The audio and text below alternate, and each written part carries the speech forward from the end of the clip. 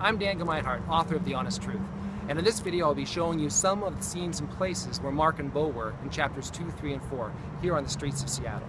Not far from here is King Street Station, where Mark and Beau would have gotten off the train the night that they ran away. Now originally I set a scene in King Street Station.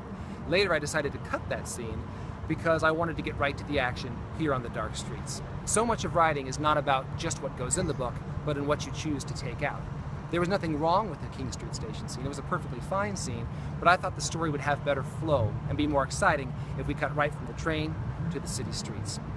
You can imagine the kind of courage it would take for Mark to spend an entire night out here by himself. Just like it's described in the book, this is not a nice neighborhood. There's not cute shops or nice restaurants. There's lots of vacant lots and run-down buildings. It would be a scary place to spend the night. Do you think you have the kind of courage it would take to spend the night alone in a place like this? Have you ever had to do anything that takes that kind of courage? And while it's certainly a brave thing, do you think it was a smart thing for Mark to do?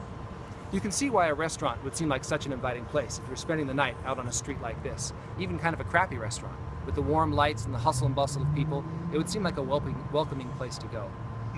I think these scenes that happen in Seattle are so important. It'd be easy to focus on Mark running away or Mark getting to where he wanted to be, but it's really here on these dark streets by himself that Mark realizes how alone he really is, how hard his journey is going to be. It's here that he has to decide if he has the courage and determination to keep going or to give up.